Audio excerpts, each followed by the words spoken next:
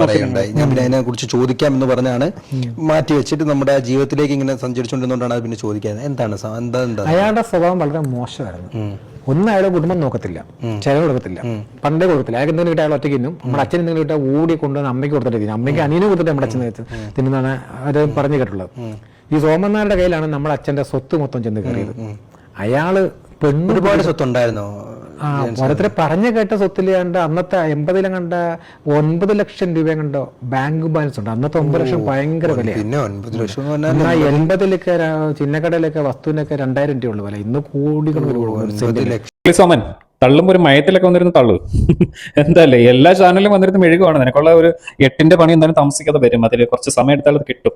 Okay, അതിനുള്ള കാര്യങ്ങളൊക്കെ ഉടനെ ഉണ്ടാവും, അതിനൊരു സംശയമില്ല.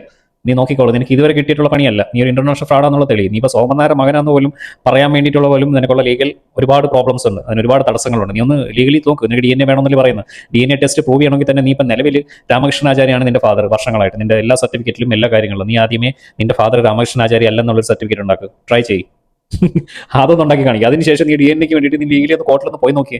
അല്ല നീ മറ്റേ മുറുക്കാൻകടയിൽ വെച്ചിട്ടുണ്ട്, എന്റെ പോക്കറ്റിൽ വെച്ചിട്ടുണ്ട് DNA കിറ്റ് എന്നൊക്കെ പറഞ്ഞ് വല്ല ലോക്കൽ മീഡിയയിൽ വന്നിട്ട് വെറുതെ കിടന്നിങ്ങനെ വായ്ത്താളം അടിച്ചിട്ട് എന്തെങ്കിലുമൊക്കെ ദാരിദ്ര്യം പറഞ്ഞ് തള്ളുന്നു.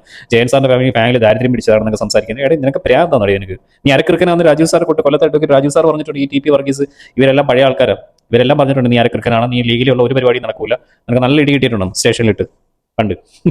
എന്താല്ലേ ഒരു മര്യാദയില്ലേ നിനക്ക്? ഉദ്ദേശം വേറെ, നിനക്കൊരു ഫാദറിനല്ല ആവശ്യം. നിനക്കിങ്ങനെ മെഴുകി പൈസ ഉണ്ടാക്കണം, കുറച്ച് സിനിമകൾ കിട്ടണം, ഇങ്ങനെ കുറച്ച് ഒരു സെലിബ്രിറ്റി സ്റ്റാറ്റസ് കിട്ടണം.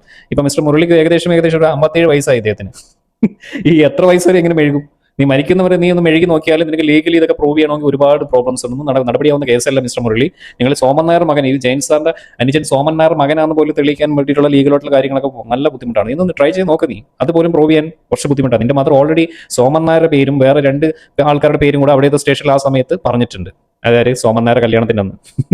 അപ്പം അത് തന്നെ പ്രശ്നം. അത് TP വർഗീസ് എന്ന് പറഞ്ഞ ആളാണ് പറഞ്ഞിരിക്കുന്നത്. ഇപ്പൊ ജീവിച്ചിരിപ്പോൾ അദ്ദേഹത്തിന് തോന്നി പോയി ചോദിക്കും. അപ്പൊ നീ പറയുന്നതിനകത്തൊരു ന്യായവും കാര്യങ്ങളൊന്നുമില്ല. വെറുതെ എന്തെങ്കിലുമൊക്കെ വിളിച്ച് പറഞ്ഞിട്ട് ഏതെങ്കിലും ലോക്കൽ മീഡിയയിൽ വന്നിട്ട് തള്ളി മറിക്കുമ്പോൾ നിനക്കുള്ള ഒരു വലിയൊരു അസ്ത്രം പിന്നിലുണ്ടെന്ന് നീ വിചാരിച്ചാൽ അത് 1.5 തറയായിരിക്കും തറയ്ക്കണം നെഞ്ചില്. അതോടുകൂടി പരിപാടി തീരും. നീ ഒരു ഇന്റർനാഷണൽ ഫ്രോഡാണെന്ന് വൺ ഡേ പ്രൂവ് ചെയ്യും ആൾക്കാർ. അന്ന് നിന്റെ കച്ചവടം ഒതുങ്ങുന്ന ദിവസമാണ്. അതിന് വേണ്ടിയിട്ട് എല്ലാവരും കേരളക്കാർ കട്ട വെയിറ്റിംഗ്. ബിക്കോസ് അമ്മാതിരി മെഴുകലാണ് മെഴുകുന്നത് ഇത്ര വർഷം കൊണ്ട്. ഏകദേശം സോമൻ നായർ മരണപ്പെട്ട് 2000 തുടങ്ങിയ മെഴുകലാണ്.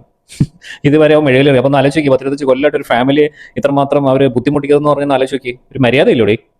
നീ വെയിറ്റ് ചെയ്യും. കുറെ ആൾക്കാർ വന്നിട്ട് ഇപ്പോഴും വേണം മെഴുകും. കൂടുതൽ സംസാരിക്കുന്ന DNA എന്ന് പറയും. DNA അവൻ പോയി അവൻ നിലവിൽ അവന്റെ അച്ഛൻ രാമകൃഷ്ണാചാര്യാണ്. അവൻ അവന്റെ സർട്ടിഫിക്കറ്റിൽ അവന്റെ അച്ഛൻ രാമകൃഷ്ണാചാര്യ അല്ലെന്നൊരു സർട്ടിഫിക്കറ്റ് അവൻ ഉണ്ടാക്കട്ടെ. അതിനുശേഷം ഇതൊക്കെ ഒരു ലീഗൽ ഫോർമാലിറ്റീസ് ഉണ്ട്. ഇതിനൊക്കെ ആപ്ലിക്കേഷനോട് കൊണ്ട് കൊടുക്കണം.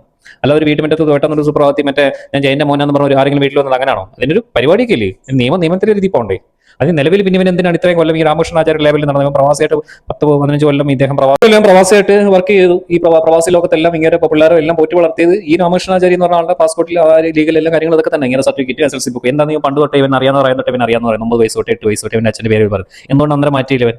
ഇത്രയും കൊല്ലമായിട്ട് മാറ്റാൻ കഴിഞ്ഞില്ലവന്. ഇവിടെ ഇവ ഫ്രോഡ് എന്ന് പറഞ്ഞ ഫ്രോഡ്. ഇദ്ദേഹം നല്ല ഇന്റർനാഷണൽ ഫ്രോഡാണ്. ഒരു ദിവസം തെളിയും. ഏതോ കുറച്ച് ലോക്കൽ യൂട്യൂബ് ചാനലുകാരുടെ സപ്പോർട്ടും ഇതുപോലെ എവിടെയെങ്കിലൊക്കെ മെഴുകി കുറെ ഫേക്ക് ഡോക്യുമെന്റ്സ്, ഫേക്ക് കഥകൾ. ഇവരമ്മ മരിക്കുന്നതിന് മുമ്പ് യൂട്യൂബിൽ കുറച്ച് വീഡിയോസ് എടുത്തിട്ട് മെഴുകി അത് കള്ളത്തരം പറഞ്ഞാൽ പാവം പിടിച്ച തള്ളി അവസാനം ഘട്ടം നോക്കിയിട്ട് പോലുമില്ല അവർ മരിക്കുന്ന സമയത്തൊന്നും. അപ്പൊ അമ്മാതിരി ഫ്രോഡാണ് അവൻ. ഒരു ദിവസം നിങ്ങൾ തെളിയും. മോഷണത്തിന് പ്രോബ്ലംസ് ഉണ്ട്. വയനാട്ടിലെ ഒരു സ്ത്രീയുടെ എന്തെങ്കിലും മോഷണത്തിന്റെ കേസുണ്ട്, വേറെ കുറെ കേസുകളുണ്ട്, പിന്നെ പെൺകേസുണ്ട് വേറെ. ഇതെല്ലാം കൂടെ തെളിയും ഒരു ദിവസം. അന്ന് ഇവന്റെ കച്ചവടം ഒതുങ്ങുന്ന ദിവസമാണ്. അതിന് വേണ്ടി കട്ട വെയിറ്റിംഗ് ആണ്. സോ നിനക്കുള്ള 8ന്റെ പണി താമസിക്കാതെ കിട്ടും. ബാക്കി അന്നേരം പറയും. പിന്നെ ഇതുപോലെ ഇടയ്ക്കിടയ്ക്ക് ഒരു ബൈറ്റ്സ് എവിടെയെങ്കിലും ഒന്ന് ലോക്കൽ മീഡിയയിൽ ഇരുന്ന് സംസാരിക്കും. നിനക്ക് ഉളുപ്പില്ലേ? കേൾക്കലെല്ലാം ഒരു ദിവസം മൊത്തത്തിൽ നിൽക്കുക. അതിനകത്ത് ഒരു സംശയമില്ല മിസ്റ്റർ മുരളി. അപ്പോൾ അതിനുള്ളൊരു കാര്യങ്ങളെല്ലാം അണിയറയിലുണ്ട്. പക്ഷേ ഇത് വീഡിയോ ഇഷ്ടപ്പെട്ടതിന് പേജും കൂടെ ഫോളോ ചെയ്യും. ലുക്ക് കണ്ടിട്ടും എൻ്റെ മകനല്ല എന്ന് പറയുന്നവരോട് എന്താ പറയാനുള്ളത്? അത് തന്തയ്ക്ക് പുറക്കത്താന്മാരാണ്. നല്ല തന്തയ്ക്ക് പറഞ്ഞവർ ഒരിക്കലും അത് പറയില്ല. കണ്ണിന് കാഴ്ചയില്ലേ? കാഴ്ചയുള്ളവരത് പറയൂ. അതുകൊണ്ടാണ് വന്ദാ സുട്ട സെത്ത റിപ്പീറ്റ്, വന്ദാ സുട്ട സെത്ത റിപ്പീറ്റ്, വന്ദാ സുട്ട സെത്ത റിപ്പീറ്റ്, വന്ദാ സുട്ട സെത്ത റിപ്പീറ്റ്. இன்னைக்கு வருவா சுடுவா சாவா ரிப்பீட். முடியல தலைவரே.